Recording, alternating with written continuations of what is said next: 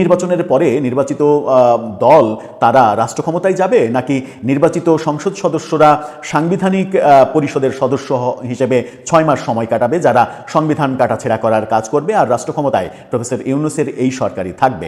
স্বয়ং তারেক জিয়া সহ বিএনপির অনেক হেভিওয়েট নেতা আগামী নির্বাচনে পরাজয়ের দ্বার প্রান্তে, তারা পরাজিত হতে পারেন।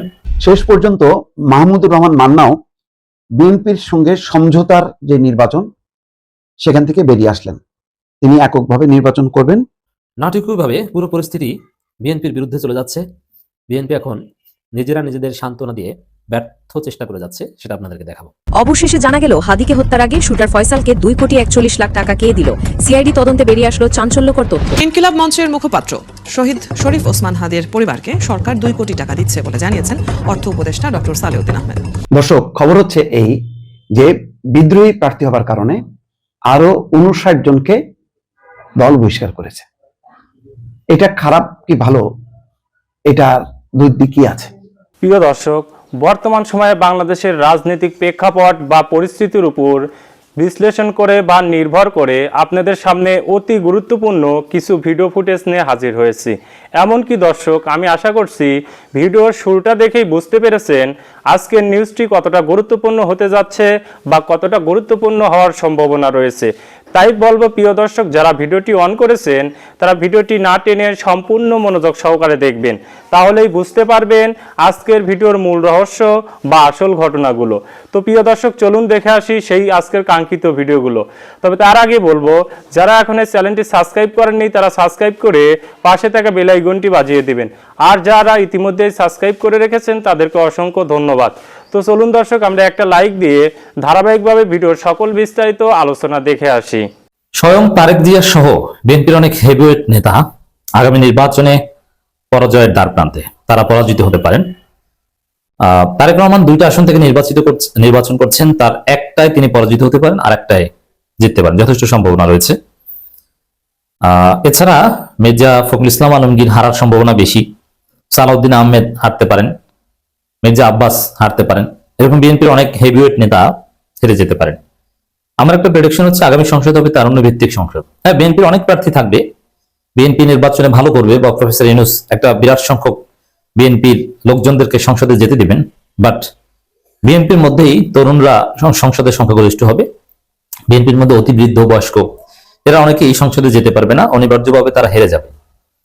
সেটা মেটিকুলাস ডিজাইনে হোক আর সেটা স্বাভাবিক একদম ফ্রি ফেয়ার অ্যান্ড ক্রেডিবল ইলেকশনের মাধ্যমে হোক, পরিস্থিতি সেদিকে যাচ্ছে। তো এখানে তারেক রহমানের বিষয়ে প্রেডিকশন হচ্ছে তারেক রহমান 2 জায়গায় এক জায়গায় হেরে যেতে পারেন। বিএনপির উচিত বগুড়ার আসনটা ধরে রাখার চেষ্টা করা, ঢাকায় হেরে যাওয়ার সম্ভাবনা রয়েছে। ঢাকার ভোটাররা যথেষ্ট সচেতন। এখানে ডাক্তার এস.এম. খালেদুজ্জামান, তার যে কৌশল, তার যে দৃঢ়তা, তার যে অবস্থান, তার সাথে তারেক রহমান পেরে উঠছে না। খালেদুজ্জামান যে হেভিওয়েট প্রার্থী এবং তাকে যে পুরো বিএনপি ভয় পায় তার প্রমাণ হচ্ছে এখানে প্রার্থী করা হয়েছিল আওয়ামী লীগের আত্মীয়, যিনি বাবার কোটায় রাজনীতি করেন, ব্যারিস্টার আন্দালিব রহমান পার্থ থেকে। তারপরে দেখেছেন যে না, ব্যারিস্টার আন্দালিব রহমান পার্থ জামানত রক্ষা করতে পারেন কিনা সন্দেহ আছে, পরে তারেক রহমান নিজেই দাঁড়িয়েছেন। তারেক রহমান পার্থের চাইতে ভালো করবেন বা ফাইট হবে, কিন্তু জিতে আসার সম্ভাবনা কম দেখছি। কারণ ওই আসনের ভোটারদের অলরেডি খালেদুজ্জামান কনভিন্স করে ফেলেছেন। আর খালেদুজ্জামান একজন নামি দামি চিকিৎসক, মানবিক ডাক্তার, তার মাধ্যমে অনেকে সেবা পাচ্ছে এবং তিনি অনেক আগে থেকে এই এলাকায় জনসম্পৃক্ত, জনগণের কল্যাণে কাজ করেন। আর বিএনপির কথা যদি বলি, জাস্ট উড়ে এসে জুড়ে বসা। এবং ঢাকা 17 আসনের ভোটারদের সাথে তারেক রহমানের কোনো সম্পর্ক নেই, মানুষ তাকে কখনো কাছে পায়নি এবং কাছে পাবে না। কাউকে 1 প্যাকেট বিরিয়ানি খাওয়ানো, একটা শাড়ি দেয়া অথবা 2 টাকার বাজার করে দিয়েছে, এরকম কোনো হিস্ট্রি ঢাকা 17 আসনের প্রার্থী জনাব তারেক রহমানের ক্ষেত্রে নেই। আর খালেদুজ্জামান সাহেব তাদের রক্তে মাংসে মিশে গেছেন, প্রতীকী অর্থে বললাম, ঘরে ঘরে পৌঁছে গিয়েছেন, তাদের বিপদের পাশে দাঁড়িয়েছেন, তাদেরকে পয়সা দিয়েছেন, ঘর উঠিয়ে দিয়েছেন, বই পুস্তক কিনে দিয়েছেন, আরো অনেক উপকার করেছেন। হ্যাঁ, ওয়েলফেয়ার পলিটিক্স জামাত করে, তারা পানির টিউবওয়েল দেয়, অনেক কিছু করেছে, যেটা তারেক রহমান কিছুই করেনি। ঢাকা 17 আসনে একজন ভোটার বলতে পারবেন না যে আমি বিএনপির প্রার্থী তারেক রহমানের কাছ থেকে 1 টাকার সুবিধাভোগী, কিন্তু জামাতের প্রার্থী খালিদুজ্জামানের কাছ থেকে উপকারভোগী, সুবিধাভোগী, তাকে কাছে পেয়েছে, এরকম লক্ষ এক্সাম্পল আছে। অতএব তারেক রহমান এখানে হেরে যাওয়ার সম্ভাবনা বেশি। বগুড়ার তিনি জিততে পারেন, সম্ভাবনা আছে, তাও বিপুল ব্যবধানে জিতবেন তা না, চ্যালেঞ্জের মধ্যে পড়তে হবে, তারপর জেতার সম্ভাবনা আছে। সালাউদ্দিন আহমেদও যথেষ্ট প্রতিদ্বন্দ্বিতা করবেন, কিন্তু তারপরে সালাউদ্দিনের জায়গায় জামাত প্রার্থীর অবস্থান ভালো। মির্জা ফখরুল মোটামুটি ভালো ব্যবধানে হারবেন। এমনিতেই মির্জা ফখরুল এলাকায় জামাতের অতীতে উপজেলা চেয়ারম্যান হওয়ার রেকর্ড আছে, এবং হিন্দু ভোটাররা ম্যাসিভলি জামাতের প্রতি অ্যাট্রাক্টেড হয়েছেন ঠাকুরগাঁওয়ে।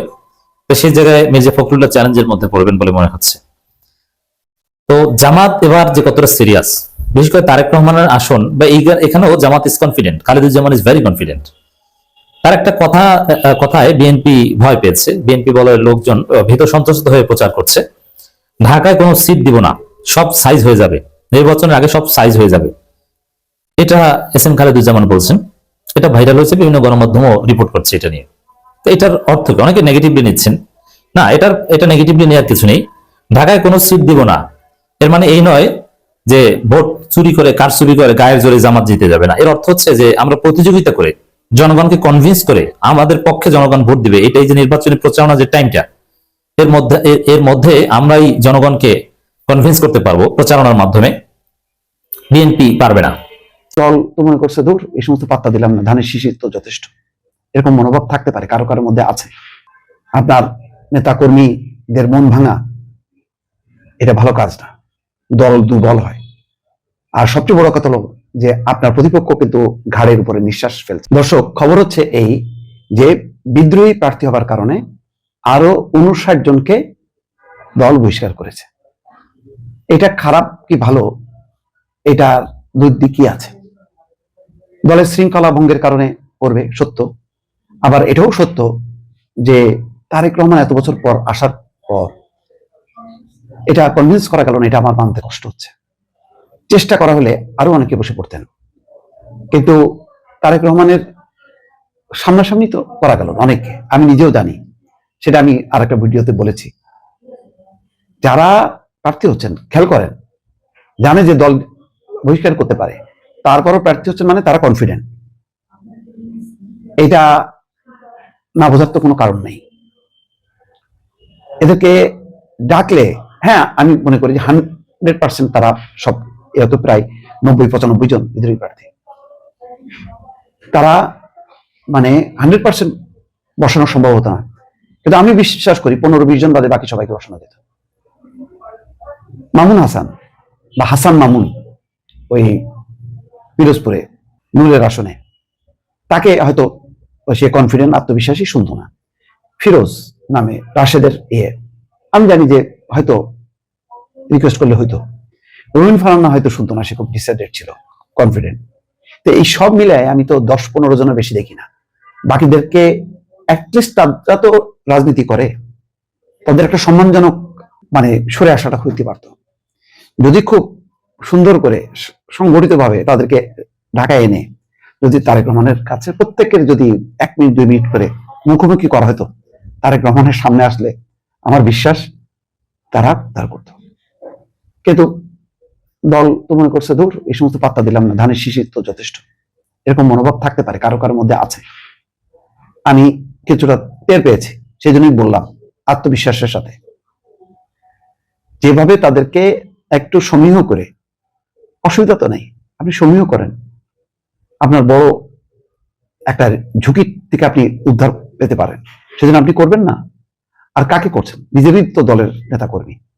সুতরাং আরেকটু চেষ্টা করলে অনেক, এই বহিষ্কারের এই খবরটা, এটা ভালো কোনো খবর হলো না, বহিষ্কার করলেন আজকে, কিন্তু তাদের সাথে তো জড়ায় আছে স্থানীয় বিএনপি নেতা কর্মীরা অনেকেই, তারা সরে গেল।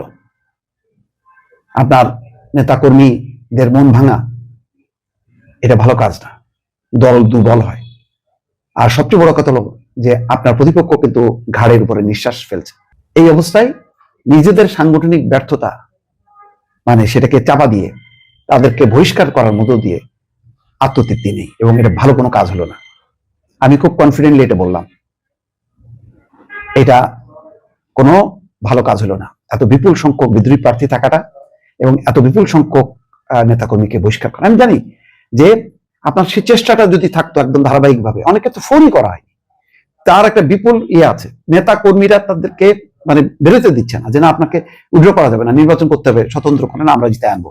কিন্তু সেই রকম প্রার্থীকেও পর্যন্ত ডেকে এনে তারেক রহমানের মুখোমুখি করার কাজটা কিন্তু করা হয়নি। কিছু কিছু ক্ষেত্রে হয়েছে, কিন্তু সব ক্ষেত্রে হয়নি, কিন্তু করা উচিত ছিল। শেষ মুহূর্তে তারেক রহমান আসছে, মানে 70-80 জনকে 100 জনকে ডাকা যেত না ঢাকায়, 2 দিন লাগতো 1 মিনিট করে তাদেরকে মুখোমুখি করা। কিন্তু আমার ধারণা যে অনেকে মানে এত বেশি গর্ব এবং অহংকারে আছে, তাদের কাছে পাত্তা পায়নি এই নেতা কর্মীদের আবেগ ভালোবাসা।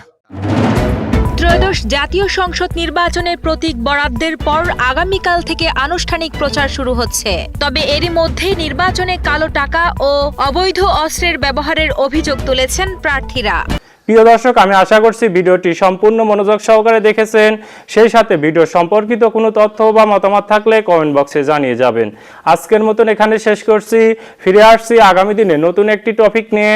সে পর্যন্ত সবাই ভালো থাকবেন। আল্লাহ হাফেজ।